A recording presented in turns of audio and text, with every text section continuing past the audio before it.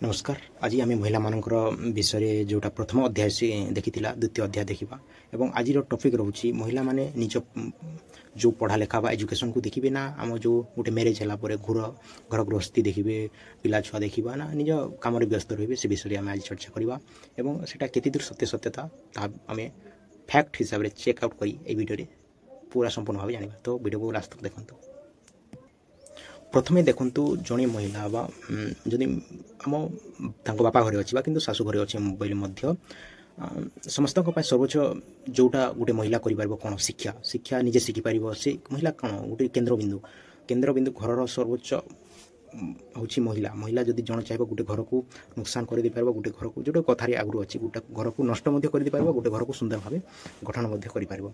तो महिलार चिंताधारा ताकू आद्य शिक्षा उपर ताकू मनन करने कथा जदि तुम घर काम छाड़ी अध्ययन करुछ बा तेबे यार कौन पाई करुछ अन्य मानक प्रति भल पाइबा देखाउछ किंतु जदि से भल पाइबा से मानक प्रति नाराज से लगुच जोटा आम जदि तुम सीमित कारागार बा अज्ञात एवं अंधकार जहाँ कह जाए दासत्वर रुह तेबे घरे किए उपकृत हो क्या से आपड़ क्या कार्य करेंगे आपड़ होती केन्द्रबिंदु आपड़ जब शिक्षा ग्रहण करेंगे निजक सशक्त करेंगे तो बोले निज गोटे महिला होते अन्य पुरुष थे अन्य महिला देखिए आपको देखिए शिखिदे किंतु आपड़ होती मुख्य। तो आपड़ जदि चाहते एजुकेशन प्रति शिक्षा प्रति जो भी नॉलेज जनरल नॉलेज है सेटा शिक्षा करने तो सेटा कंटिन्यू आप करूँ सेटा ना मो घर गृहस्थी अच्छी मुझे जिन करेंगे सेमती नहीं आपड़ हूँ केन्द्रबिंदु आपन जिते शिक्षार्थी बढ़ो से बहुत सुंदर हो। देखो जदि जड़े महिला से घर बाहर ना तेबे से दुनिया विषय किसी जानी ना जी जगत विषय किसी जानी ना से अंधकार भितर रहा बासगृह जो अंधकार विषय बास करे से निज पिला केमिति बचाइब निज पिला केमिति सशक्ति कर निज पिला केमिति शिक्षा प्रदान कर से निज स्वामी को केमिति अंडरस्टैंडिंग कर से स्वामीर कार्य निषेध को केमिति देखिबो एवं ताको जो मेंटालिटी हो केमिति जानि पारिबो ता प्रति जो समानता कार्य केति प्रेशर रहे से केमिति जानिबो न से घरे थिबो घर बाहर नथिबो से कार्य को केमिति केते कष्ट रे सेटा को संपूर्ण करा जे से केमिति जानिबो। महिला माने घरे रही जो आम कार्य करुछंती बा जो पिला छुआ देखुछंती जो बिस्तर अवस्था जो नॉर्मल कार्य झील मान रहे सेठार बड़ मुख्य कारण कौन रोचे समाज एमती होबार कारण कौन रोचे देखो महिला को घरे बंदी कर षड्यंत्र करते क्यों माने पुरुष माने किंतु से पुरुष मान सेटा कांद उपर एबे बढ़िबारे लगी एबे कौन होछि ना पुरुष कौन भावला ना मुझे स्त्री को अशिक्षित कर रखी मूर्ख कर रखी से आम पूरा घर को सुंदर चलाइबा आम छुआ पिला को भल से देखा रखा किंतु जदि आप गोटे केन्द्रबिंदु को मूर्ख कर रखिए से अशिक्षित रखिए प्रति शिक्षा देवे ना पूरा घर को नष्ट कर से जान ना किंतु महिला हूँ केन्द्रबिंदु से जदि मूर्ख रहा अशिक्षित रहा से पूरा घर को नष्ट करदेव।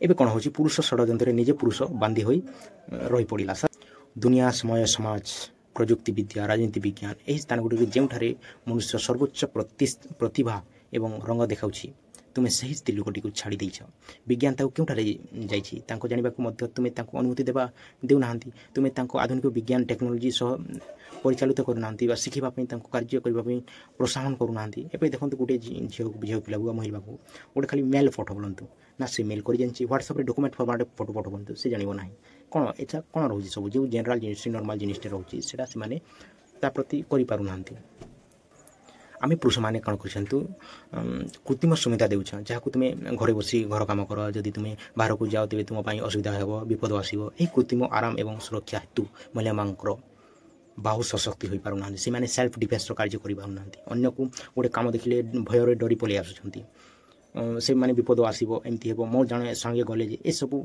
मानसिक चाप रही से निजे कंट्रोल कर निजक भावना बांधि रखुंट जड़े महिला मान मांसपेशी किपर शक्तिशाली हो जदि से सूर्य बहन करूना रास्त धोखा खाऊना दुनिया रे आह्वान गुड़ी को ग्रहण करूना जो चैलेंज मन आसे सेटा ग्रहण करूना केमिति से निजक दृढ़ बल रे अनुष्ठान कर मनुष्य जीवन हूँ experience without experience everything is not possible. तो आपड़ जदि जिते पर्यंत एक्सपीरियंस रे आपड़ जेकोसी न शिखे सेटा केबे भी सठिक भाव सफल हो न पारे।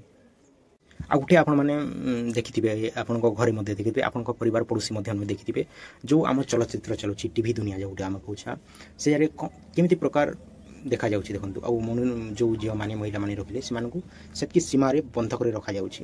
ଦିନ ସାରା ଟିଭିରେ ଆସୁଥିବା ପ୍ରୋଗ୍ରାମ କେଉଁ ବର୍ଗର ଅଟେ ଯାହାକି ଆପଣଙ୍କ ଗୃହିଣୀମାନଙ୍କର ନିର୍ଦ୍ଦିଷ୍ଟ ସେମାନଙ୍କୁ ମୁଖ୍ୟତଃ କରି ବନାଯାଇଥାଏ, ଟାର୍ଗେଟ୍ କରି ବନାଯାଇଥାଏ। ସେମାନଙ୍କୁ କେତେ ବୁଦ୍ଧି ଏବଂ ଗୁଣ ଅଛି ଦେଖନ୍ତୁ। ସକାଳ 10ଟାରୁ ସନ୍ଧ୍ୟା 6ଟା ମଧ୍ୟରେ ଟିଭିରେ ଆସୁଥିବା ବିଷୟବସ୍ତୁ କାହା ପାଇଁ ଥାଏ? କେବଳ ଗୃହିଣୀମାନଙ୍କ ପାଇଁ ଥାଏ ଏବଂ ସେଠାରେ ଇମୋସନକୁ ବାଧ୍ୟ କରି ମୁଖ୍ୟତଃ ଦେଇକରି ସିରିଏଲଟି ବନାଯାଇଥାଏ। ଆସୁଥିବା ବିଷୟବସ୍ତୁ କାହା ପାଇଁ? ପ୍ରଥମତଃ ମୁଖ୍ୟତଃ ମହିଳାମାନଙ୍କ ପାଇଁ। ଏହା ଦେଖନ୍ତୁ ଯେ ସେ କିପରି ଚିନ୍ତାଧାରାରେ ବଞ୍ଚୁଛନ୍ତି ବା କିପରି ଚିନ୍ତାଧାରା ଇମୋସନ୍ କାହା ପ୍ରତି କେମିତି ଦେଖାଇବେ, କେମିତି କାହା ପ୍ରତି ଝଗଡ଼ା କରିବେ, ସେ କେଉଁ ବର୍ଗରେ ରୁହନ୍ତି, ସେଠାର ସମସ୍ୟାଗୁଡ଼ିକ କିପରି ସମାଧାନ କରିବେ, ସେ ସବୁଠାରେ ମେନସନ୍ କରାଇବେ। ସେଠି ପୁରୀ ସବୁ ଦେଖାଯାଇଥାଏ। କାହା ପାଇଁ ଲୁହ ଆସିବ, କାହା ପାଇଁ ଲୁହ ଆସିବାନି, କେମିତି ଅନ୍ୟକୁ କଥାବାର୍ତ୍ତା କରିବ, ଏହା କ'ଣ ଟିଭି ମାଧ୍ୟମରେ ବହୁତ ପ୍ରକାର ଆଉ ସେମିତି ହିଁ ପ୍ରାୟ ମହିଳାମାନେ କରୁଛନ୍ତି। ପୁରୁଷ ଯେଉଁ ଭାବିଥିଲା ଚିନ୍ତାଧାରା ଥିଲା ସେ ନିଜେ କଣ୍ଟ୍ରୋଲ କରିବ, ନିଜେ ବାନ୍ଧିକି ରଖିବ, ସେକ୍ସୁଆଲ୍ ଡିଜାୟାର ପାଇଁ ତାକୁ ବ୍ୟବହାର କରିବ।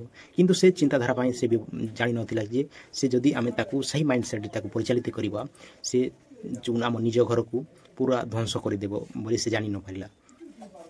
ପୁରୁଷ କ'ଣ କହେ? ଜାନୁ ତୁମେ କାମ करने की क्या जरूरत है? ପ୍ରିୟତମା ତୁମେ କାହିଁକି କାମ କରିବ ଆବଶ୍ୟକ?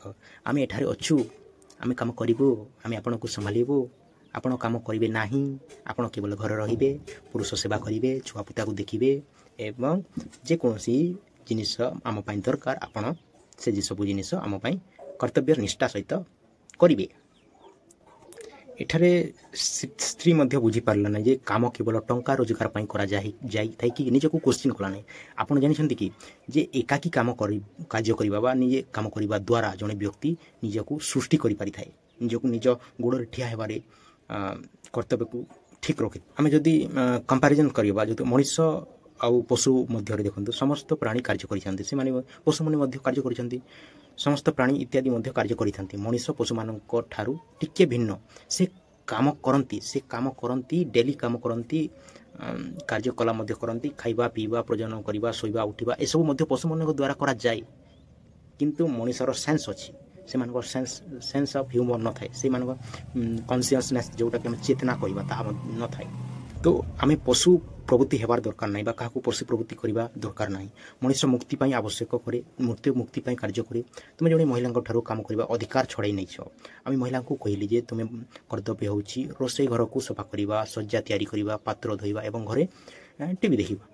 ଏହି ତିନୋଟି ସହିତ କାରାଗାର କର ଏବଂ ତାଙ୍କ ଟିଭି ଦେଖା ବହୁତ ଶୋଷଣ କରୁଛି ମହିଳାମାନଙ୍କୁ।